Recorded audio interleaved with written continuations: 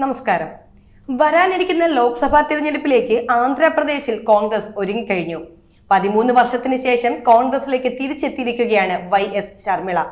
ആന്ധ്രാപ്രദേശ് രാഷ്ട്രീയത്തിൽ കോൺഗ്രസ് നടത്തുന്ന ഏറ്റവും ശക്തമായ നീക്കമായിട്ടാണ് YS ശർമിളയെ പാർട്ടിയിലേക്ക് എത്തിക്കുന്നതെന്നാണ് വിലയിരുത്തപ്പെടുന്നത്. ഇതിലൂടെ മുൻ ആന്ധ്രാപ്രദേശ് മുഖ്യമന്ത്രിയും മുതിർന്ന കോൺഗ്രസ് നേതാവുമായ YS രാജശേഖർ റെഡ്ഡിയുടെ പൈതൃകവും രാഷ്ട്രീയ പാരമ്പര്യവും അവകാശപ്പെടാനും കോൺഗ്രസിന് സാധിക്കും. YS രാജശേഖർ റെഡ്ഡിയുടെ മരണത്തിന് പിന്നാലെ കോൺഗ്രസുമായി അദ്ദേഹത്തിന്റെ കുടുംബം തെറ്റിപ്പിരിയുകയായിരുന്നു. ഇതിനുശേഷമാണ് മകൻ ജഗൻമോഹൻ റെഡ്ഡി YSR കോൺഗ്രസ് രൂപീകരിക്കുന്നതും ആന്ധ്രയിൽ അധികാരം പിടിക്കുന്നതും. ആദ്യഘട്ടത്തിൽ സഹോദരി ശർമിളയും ജഗന്റെ പാളയത്തിലായിരുന്നു. എന്നാൽ പിന്നീട് തെറ്റിപ്പിരിഞ്ഞ് സ്വന്തമായി പാർട്ടി രൂപീകരിച്ചു. ആന്ധ്രാപ്രദേശ് കോൺഗ്രസിന്റെ തലപ്പത്തേക്കും YS ശർമിള എത്തിയേക്കും. ആന്ധ്രാപ്രദേശ്, തെലങ്കാന എന്നീ സംസ്ഥാനങ്ങളായി വിഭജിച്ചതിനു ശേഷമുള്ള തിരഞ്ഞെടുപ്പുകളിൽ കേവലം 2% താഴെ വോട്ടുകളുള്ള പാർട്ടിയായി ചുരുങ്ങിപ്പോയ കോൺഗ്രസിന് ജീവൻ പകരുക എന്നതാണ് ശർമിളയുടെ മുന്നിലെ ഏറ്റവും പ്രധാന ദൗത്യം. രാഹുൽ ഗാന്ധിയുടെ നേതൃത്വത്തിൽ നടന്ന ചടങ്ങിൽ അംഗത്വം സ്വീകരിച്ചതിനു ശേഷം മുൻ കോൺഗ്രസ് അധ്യക്ഷ സോണിയാഗാന്ധിയും ശർമിള വീട്ടിൽ ചെന്ന് കാണുകയും ചെയ്തു.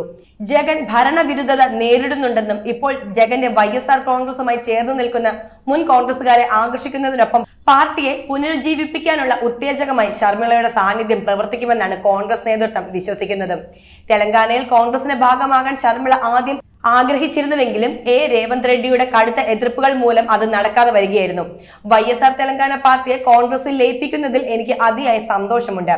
കോൺഗ്രസ് ഇപ്പോഴും രാജ്യത്തെ ഏറ്റവും വലിയ മതേതര പാർട്ടിയാണ്.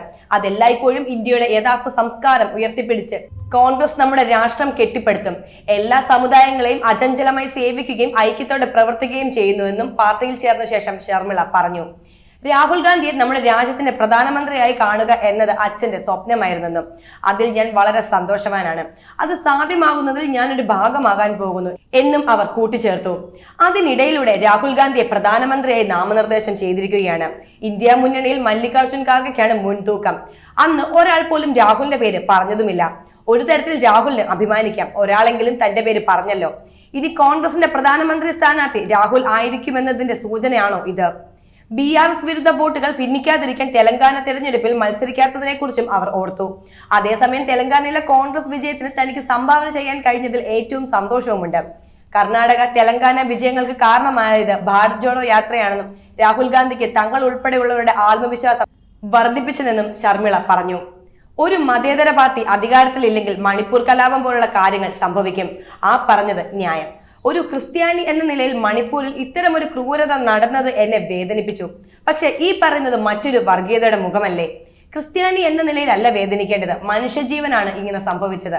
അല്ലെങ്കിൽ സ്ത്രീകൾക്കാണ് ഇങ്ങനൊരു ദുരനുഭവം ഉണ്ടാകുന്നത് എന്ന് വേണം ചിന്തിക്കാൻ. ഏകദേശം 2000 പള്ളികൾ കത്തിക്കുകയും 60,000 പേരെ ഭവനരഹിതരാക്കുകയും ചെയ്തു. അത്തരം ക്രൂരത എനിക്ക് താങ്ങാൻ കഴിയുന്നതിലും അപ്പുറമാണെന്ന് ശർമിള കൂട്ടിച്ചേർത്തു. ഇതും BJPയും തമ്മിൽ വ്യത്യാസമില്ല. BJP ഹിന്ദുക്കൾക്ക് പ്രാധാന്യം കൊടുക്കുന്നു, കോൺഗ്രസ് ക്രിസ്ത്യാനികൾക്കും. ഇവരൊക്കെ എന്നാണ് മനുഷ്യനെ കാണാൻ ശ്രമിക്കുന്നത്?